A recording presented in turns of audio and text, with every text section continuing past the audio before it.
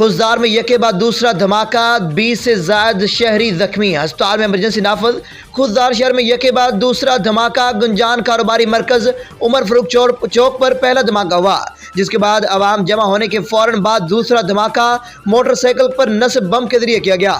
Deputy commissioner Khuzdar के वाक़े की इत्तला मिलते ही डिप्टी कमिश्नर खुजदार मौका पर पहुंच गए। जख्मी अफराद को रेस्क्यू किया गया। अस्पताल में इमरजेंसी नाफज कर दी गई। शहर की नाकाबंदी करके मुलजमान की तलाश शुरू कर दी गई।